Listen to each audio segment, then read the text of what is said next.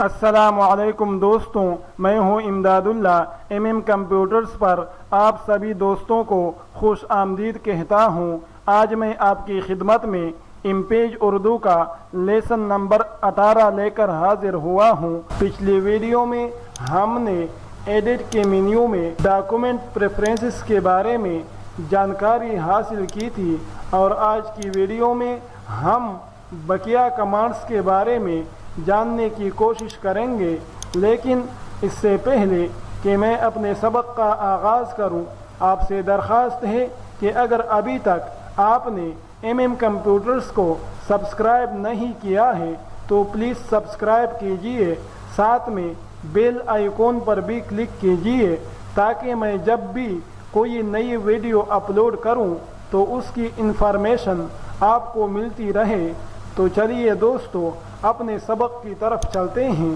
تو دوستو، آج ہمارے پاس جو سب سے پہلا کمانڈ ہے وہ ٹائپوگرافک پریفرنسز کا ہے، لیکن اس کے اندر کسی قسم کی تبدیلی کرنے کی ضرورت نہیں ہے۔ اگر آپ اس کے اندر کسی قسم کی تبدیلی کریں گے تو گڑبڑ ہو سکتا ہے، آپ کے لیے پریشانی پیدا ہو سکتی ہے۔ اس وجہ سے ہم اس کے اندر کسی قسم کی تبدیلی نہیں کرتے ہیں، بلکہ اس کو اپنی حالت پر ہی رہنے دیتے ہیں۔ اور آپ کو بھی میرا مشورہ یہ ہے کہ آپ یہاں پر کوئی چھیڑ چھاڑ نہ کریں، بلکہ اس کو اپنے ہی حال پر رہنے دیں۔ اگلا جو کمانڈ ہے وہ سٹوری ایڈیٹر کا ہے، تو یہاں پر بھی کسی خاص قسم کی تبدیلی کی ضرورت نہیں پڑتی ہے۔ تو دوستو، ہوتا یہ ہے کہ جب ہم سٹوری ایڈیٹر پر آ جاتے ہیں تو یہاں کا جو فونٹ سائز ہوتا ہے ڈیفالٹ طور پر وہ 12 پوائنٹ رہتا ہے، جس کی وجہ سے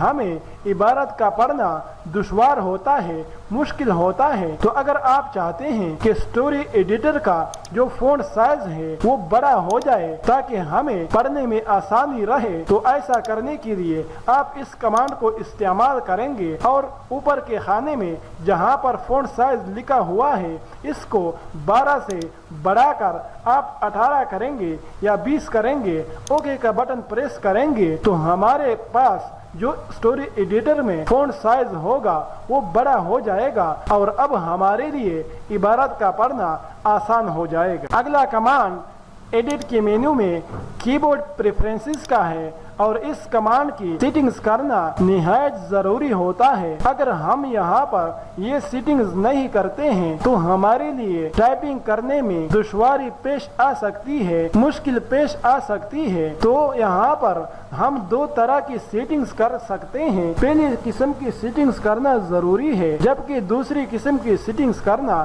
آپ کی مرضی ہے۔ اگر آپ کرنا چاہیں تو کر سکتے ہیں، نہ کرنا چاہیں تو کوئی بڑا مسئلہ پیدا نہیں ہوتا ہے۔ اب ہم آتے ہیں پہلی قسم کی طرف۔ تو دوستو، یہاں پر یہ جو بٹن ہے اگر اس پر آپ کلک کریں گے تو کی بورڈز کا ایک لسٹ آپ کے سامنے کھل جائے گا، جن میں سے ہر ایک کی بورڈ دوسرے کی بورڈ سے مختلف ہے، اور یہ تمام کی بورڈز اردو ٹائپ کرنے کے لیے ہیں، کیونکہ امپیج کو ہم زیادہ تر اردو ٹائپنگ کے لیے استعمال کرتے ہیں۔ اب ان میں سے کون سا کی بورڈ ہمارے لیے آسان رہے گا، کون سے کی بورڈ کو یاد کر لینا ہمارے لیے آسان رہے گا، کیونکہ اگر آپ اپنے کی بورڈ پر جو آپ کے کمپیوٹر کے ساتھ منسلک ہوتا ہے اس پر آپ نظر دوڑائیں گے تو اس پر تمام حروف انگلش کے لکھے ہوئے ہیں، جبکہ ہم نے ان ہی انگلش حروف کی مدد سے اردو کو ٹائپ کرنا ہوتا ہے۔ اب ہمیں سب سے پہلے تو